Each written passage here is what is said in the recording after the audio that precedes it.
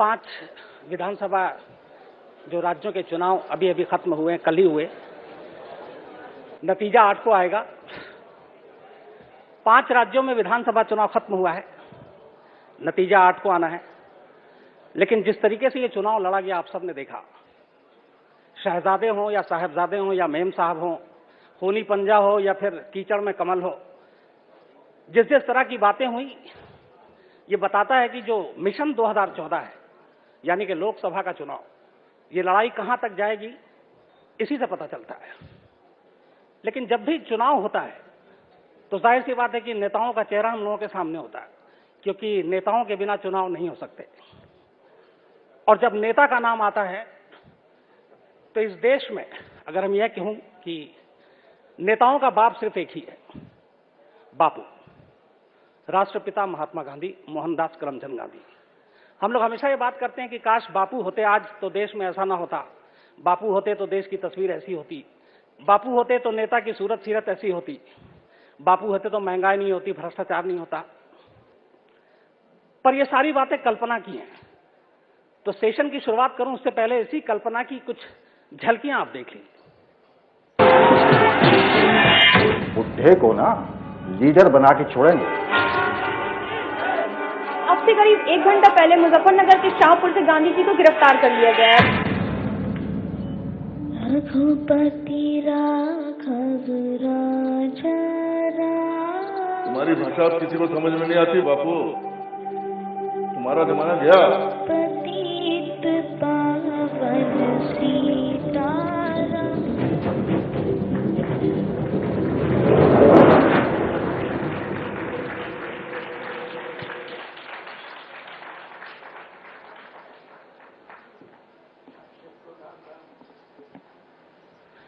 इस गांधी बैक, इसी पे ये झलकियां खत्म हुई थी और इस वक्त हमारे साथ बापू।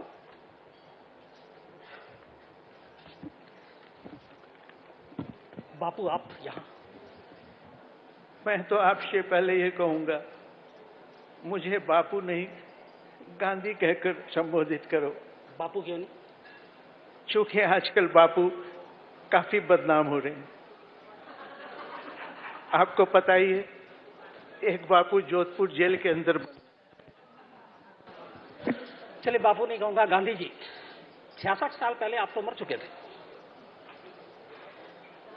सच बात तो ये है कि मैं मरा ही नहीं था, मैं जिंदा हूं, अपने अंदर ही नहीं, आप सबके अंदर, सारे देशवासियों के अंदर। लेकिन गोडसे ने मारा था आपको गांधी जी। वो भी जिंदा है मेरी तरह। फर्क इतना ही है, मुझे आप लोगों ने मूर्तियों में और सरकारी दफ्तर में, कैलेंडर में कैद कर दिया और गोडसे आराम से घूम रहा है बाहर। समाज के हर वर्ग में, सरकार के हर दफ्तर में, गली के हर चौराहे पर वो आजादी से घूम रहा है और हमारी संस्कृति और हमारी परंपरा का खून कर रहा है।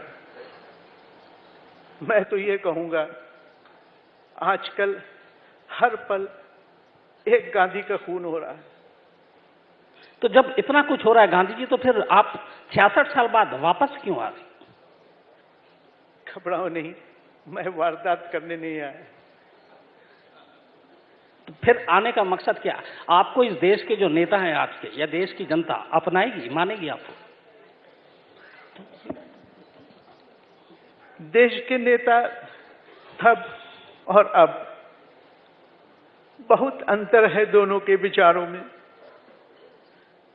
हम देश के लिए जीते थे, हम देश के लिए मरते थे। आज के ये नेता खुद के लिए जीते हैं और खुद के लिए ही मरते हैं। गांधी जी, जब आप गए थे, जब देश आजाद हुआ था, आपने आजादी बहुत ज्यादा देर तक नहीं देखी, शायद 4.5 महीना सिर्फ आप रहे। उसके बाद गोडसे ने आपको मारा, हालांकि आप कह रहे हैं आप जिंदा हैं। उसके बाद पूरे देश की तस्वीर बदल गई है। आपके जमाने में महिलाओं की बहुत इज्जत हुआ करती थी, आज शायद महिलाएं घर क्या, बाजार, दफ्तर, बस छोड़िए, लिफ्ट में भी सुरक्षित नहीं है। औरतों की समस्या वाकई बड़ी गंभीर है। हमें सोचना चाहिए, विचार करना चाहिए। मैंने सुना है भ्रष्टाचार के खिलाफ कोई लोकपाल बिल आ रहा है। मैं आप सबसे अनुरोध करता हूं, आप सब मिलकर लोकपाल बिल के साथ साथ तेजपाल बिल भी लाए। बापू, लेकिन जिस तरीके से आप 16 दिसंबर इसी दिल्ली में हुआ, उसके बाद से लेकर जब ये हादसा हुआ तो दिल्ली पुलिस ने तमाम जो गाड़ियां थी उसके टिंटेड ग्लास, काले शीशे, उसको उतरवा दिए। एक अभियान चलाया ताकि फिर इस तरह के हादसे ना हो, क्योंकि जिस बस में हुआ था उसमें पर्दे लगे हुए थे, काला शीशा था। अगर किसी जंगल में, क्योंकि जंगल में घना है, लोग, बहुत सारे पेड़, सब कुछ है, दिखाई नहीं दे रहा है, जंगल में किसी महिला के साथ ऐसा हादसा होता तो क्या सारे पेड़ कटवा देंगे? बड़ा ही कठिन सवाल है। अगर काला शीशा ही साफ करना है तो अपने अंदर अपनी आत्मा के काले शीशे साफ करो। उसी तरह जंगल काटने से कुछ नहीं होगा, अपने अंदर छुपा हुए रावण का सर काटो। क्या क्या सुनाऊं आपको, क्या क्या गिनाऊं? 66 साल लंबा वक्त है, आपने पलट के देखा भी नहीं, फिर आपके पीछे में हो क्या रहा है। अब तो आलम यह है कि यहाँ पे प्याज पे ही सरकार का फैसला हो जाता है। एक प्याज के दाम बढ़ते हैं तो सरकार इधर से उधर हो जाती है।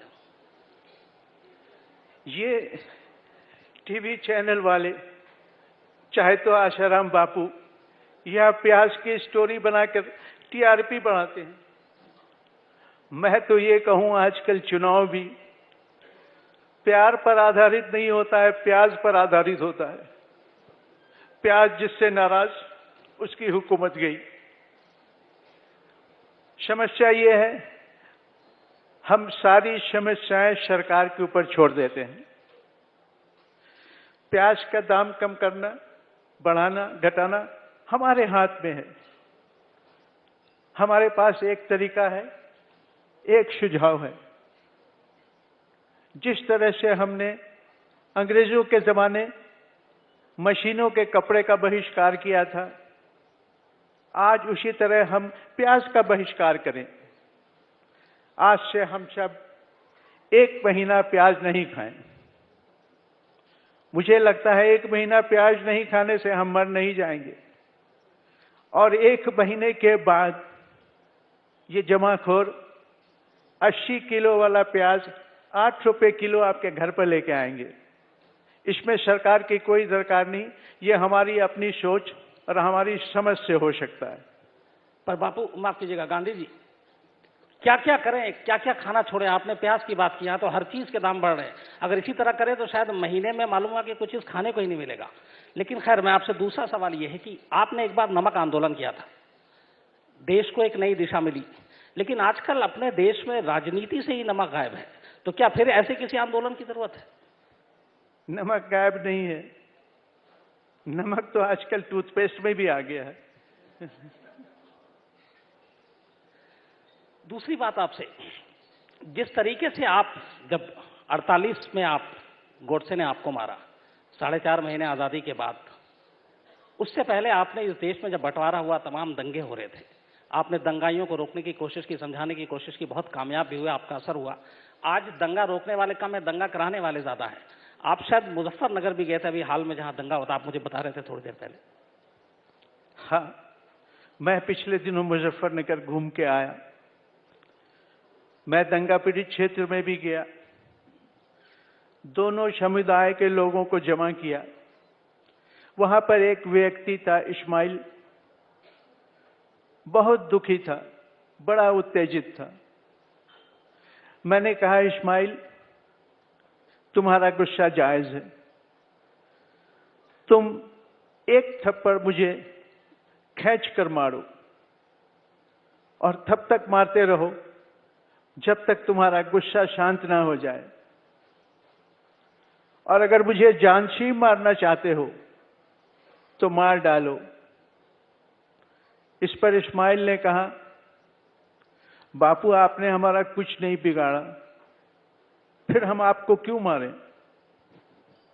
मैंने कहा, मुझे जान से इसलिए मारो क्योंकि मैं एक हिंदू हूं। ये सुनकर वो बहुत लज्जित हुआ और जोर जोर से रोने लगा। मुझे लगता है कि आपके सवाल का जवाब मैंने दे दिया। बिल्कुल गांधी जी, आपके जाने के बाद इस देश में बहुत सारे बदलाव आए, तब्दीली आई।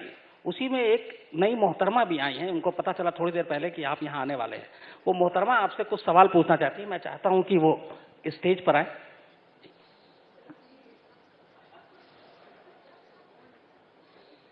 Hello Bapu. Ram Ram. Bapu hello. Ram Ram. Ram Ram.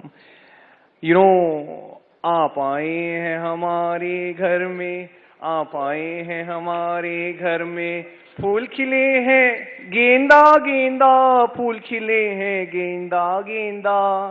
Babu, you know one thing, you are a rock star, you are the first superstar बापू।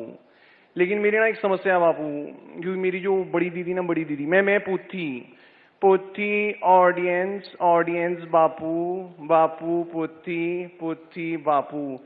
मेरी जो दीदी है ना बापू, वो थोड़ी सी समस्या में है। उनकी ना कंट्रोवर्सी हो गई है, उनको ना जो कर रहे हैं वो करने नहीं दिया जा रहा है। तो आप बताइए ना, समस्या का समाधान कैसे होगा Bapu? Come on tell me, come on बाबू, क्विकली। देखो, समस्या कोई नहीं है। मुझे पता है तुम्हारी समस्या के बारे में। तुम्हें ईश्वर पर विश्वास रखना चाहिए। तुम्हारा अगर एक रास्ता बंद हुआ है तो ऊपर वाला तुम्हारा 4 रास्ता नया बना देगा। तुम परिश्रम करती रहो, तुम्हें फल अवश्य मिलेगा।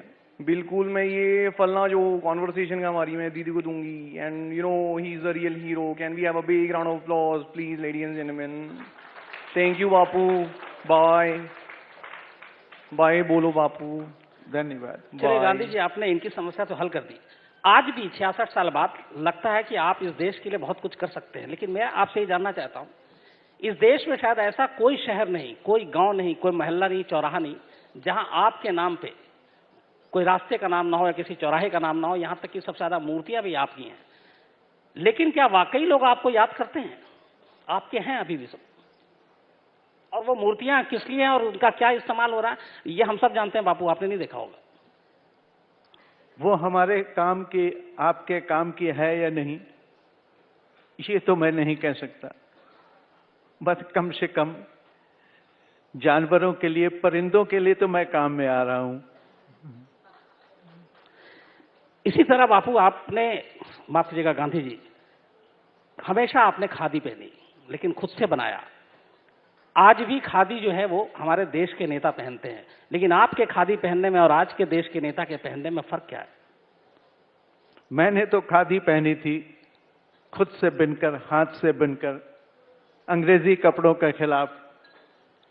आजकल के नेता खादी के अंदर अपने अंदर के शैतान को छुपाते हैं। खादी एक लिबास हो गया है नेताओं का, और कुछ नहीं। उसी खादी से जुड़ा हुआ आपका चरखा था। आज चरखे का खरीदार कोई है ही नहीं, क्योंकि अब खादी की भी शायद वो अहमियत रही नहीं। जब मेरा ही चाहने वाला नहीं, जब मैं मूर्तियों में आ गया, तो चरखा तो मुझे लगता है किसी म्यूजियम में ही दिखेगा। गांधी जी, आपके जाने के बाद हमारी फिल्म इंडस्ट्री ने भी बहुत तरक्की की है और बहुत सारे कलाकार हैं जो आपको उसी तरह पूछते हैं। उन्हीं में से कुछ कलाकार हैं जो आपसे कुछ सवाल भी पूछना चाहते हैं। सर खान, रुक जाओ 2 मिनट जरा, एक सवाल हमारा है। बाबू बालागू, बाबू, I really love you, there is no question about it, I love him, everybody loves you. लेकिन एक बार सुन के मेरा जो, एक बार सोचता हूं जब कभी, तो मेरा दिल थोड़ा सा परेशान होता है कि आपका जन्मदिन ये मैं सेलिब्रेट नहीं कर पाता हूं। सारी दुनिया छुट्टी मनाती है और मैं खाली मूंगफली खाता हूं। ऐसा क्यों बापू? मुझे प्रसन्नता है कि कम से कम साल में एक दिन, मेरे जन्मदिन के दिन, तुम उस बुराई से तो बचते हो। तुम्हारी सेहत अच्छी रहेगी। ठीक है बापू, आई लव यू बापू। अभी आज आपका जन्मदिन नहीं है तो I am going, bye bye. Gandhi ji, एक सच्चाई है कि इस देश की जो नई जनरेशन है, बहुत किसी ने पूछा था कि क्या आज के लोग गांधी को, जो नई जनरेशन है, वाकई जानती है? कुछ लोगों से बात की, गांधी जयंती के बारे में तो उन्हें पता है, लेकिन वो गांधी जयंती को इस रूप में नहीं देखते कि आपका जन्मदिन है। उन्हें उससे ज्यादा ये पता है कि उस दिन ड्राई डे होता है। ऐसा तो मुझे भी लगता है। अब केवल आप सब लोग मेरा जन्मदिन मनाते हैं, सरकारी दफ्तरों में छुट्टियां होती हैं, इसके आगे कुछ भी नहीं। ये तो मुन्ना भाई का कमाल है कि उसने नई पीढ़ी को बता दिया कि गांधी के उसूल क्या होते हैं। मैं मुन्ना भाई का शुक्रगुजार हूं। मतलब गांधी को इस नई जनरेशन को बताने के लिए हमें फिल्मों का सहारा लेना पड़ रहा है। क्या करूं, आजकल सब कुछ लाइव ही होता है, ये भी लाइव ही हो रहा है। अच्छा गांधी जी, जब तक आप जिंदा थे आपने कभी सोचा था कि जब देश आजाद होगा तो इस देश की करेंसी नोट पे हर जगह आप ही की तस्वीर होगी, आप इतने अमीर होंगे? मैं आपका सवाल नहीं समझा। जब आप जिंदा हुआ करते थे, जब लड़ाई लड़ रहे थे, तब तक तो ठीक था। जब आप चले गए, गोडसे ने मार दिया, उसके बाद इस देश की हर करेंसी, हर नोट पे आप ही का फोटो होता है। आप मतलब मरने के बाद बहुत अमीर हो गए। ऐसा नहीं है। पहली बात तो ये कि आप मुझे मरा नहीं समझे। आपने मुन्ना भाई के पास देखा होगा, वो मेरी आत्मा आती थी, इसलिए वो सिर्फ मुन्ना भाई को दिखती थी और किसी को नहीं। आज मैं साक्षात आपके सामने हूं। मुझे उम्मीद है आप सबको मैं दिख रहा हूं।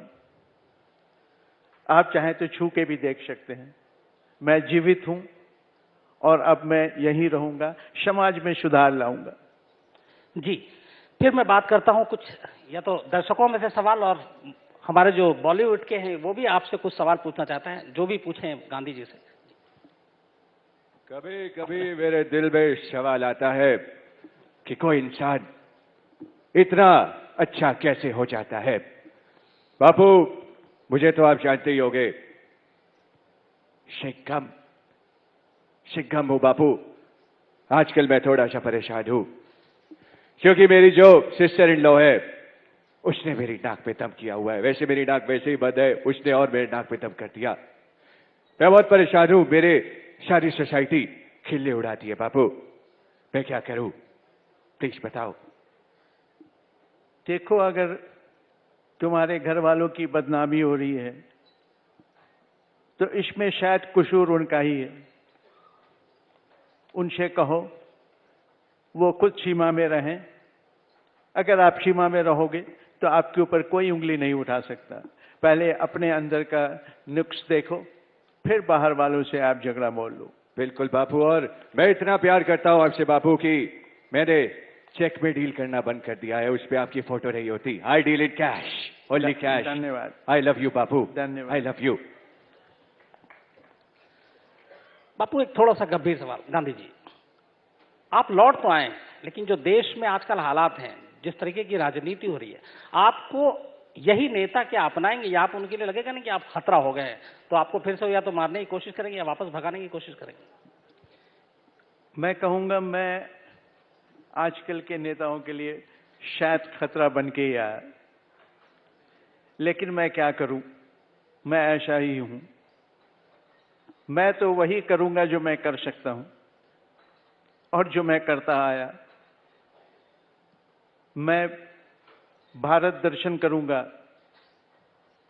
चुनाव के पहले मैं सभी क्षेत्र में जाऊंगा और जिन नेताओं की आप बातें कर रहे हैं, मैं उन नेताओं को आड़े हाथ लूंगा। वैसे ही लोगों को मैं सपोर्ट करूंगा जो देश के हित में काम करते हो, खुद के हित में नहीं। गांधी जी, 66 साल पहले जब हम लोगों ने आपको देखा था, मतलब मैं तो उस वक्त पैदा भी नहीं हुआ था सर, तब आप बहुत दुबले पतले थे।